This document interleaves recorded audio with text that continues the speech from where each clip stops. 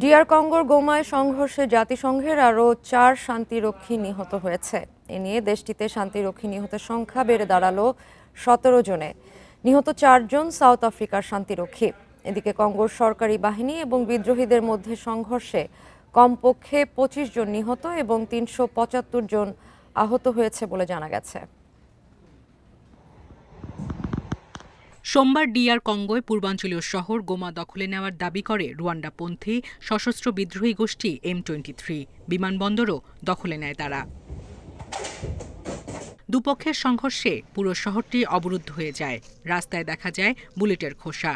মঙ্গলবার সন্ধ্যায় বাড়ির বাইরে বের হয় সেখানকার বাসিন্দারা, জানান আতঙ্কের কথা।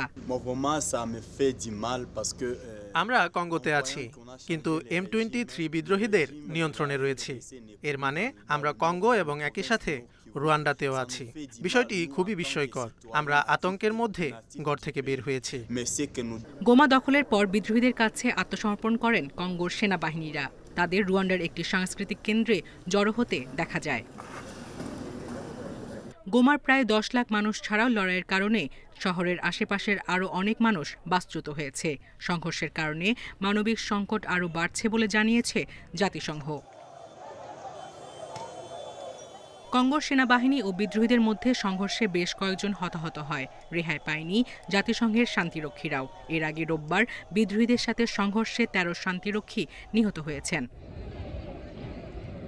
বিদ্রোহীদের আক্রমণের বিরুদ্ধে ব্যবস্থা নেওয়ার দাবিতে রাজধানী কিনশাসায় যুক্তরাষ্ট্র, ফ্রান্স ও রুয়ান্ডা সহ বেশ কয়েকটি দূতাবাসে হামলা চালিয়েছে বিক্ষোভকারীরা।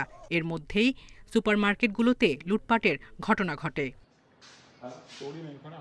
গোমায় সরকার বাহিনী ও বিদ্রোহীদের ক্রমবর্ধমান সংঘর্ষের কারণে ব্যাপক দুর্ভোগে পড়েছেন সেখানকার বাসিন্দারা। বেসামরিক নাগরিকদের দুর্ভোগকে অকল্পনীয় বলে জানিয়েছে জাতিসংঘ। ডিআর কঙ্গোর পূর্বাঞ্চলে 1 দশকের বেশি সময় ধরে সশস্ত্র গোষ্ঠী M23 এবং দেশটির সেনাবাহিনীর মধ্যে বিরোধ চলছে। সায়রা খান, ইন্ডিপেন্ডেন্ট নিউজ।